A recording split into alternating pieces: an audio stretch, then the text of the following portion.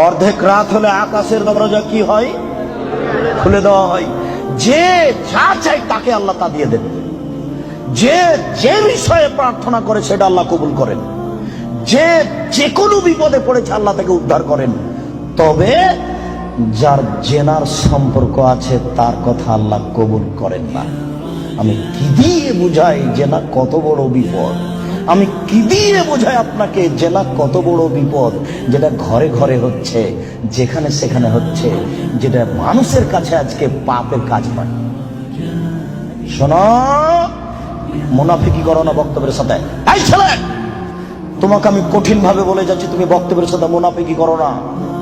এখান থেকে উঠার আগে মোবাইলে যত মেয়ের নাম্বার আছে তুমি কেটে দিয়ে উঠবা। জিন্দেগিতে কোনোদিন কোনো মেয়ের সাথে গল্প করো না। তোমার সাথে এ অংশে আমার জরুরি কথা আছে, তুমি একটু ধৈর্য ধারণ করো, একটু সামান্য একটু থামো। তোমার সাথে আমার আরো জরুরি কয়েকটি কথা আছে।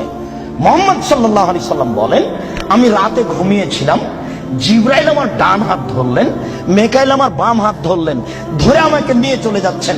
যেতে যেতে দেখি অনেক মানুষ আসাদু সাইন দেখাবান, ফুলে ফেঁপে বিশাল বিশাল আকৃতি ধারণ করে আছে। 50 হাত 100 হাত উঁচু উঁচু হয়ে আছে। অন্তানাহু রিহান, দুর্গন্ধে টিকা যায় না, এত গন্ধ। কান্নমল মারাহিট, মনে হচ্ছে যেন তারা গ্রামের টয়লেট, মনে হচ্ছে যেন তারা গণশৌচাগার, মনে হচ্ছে যেন তারা গ্রামের টয়লেট, মনে হচ্ছে যেন তারা গ্রামের শৌচাগার।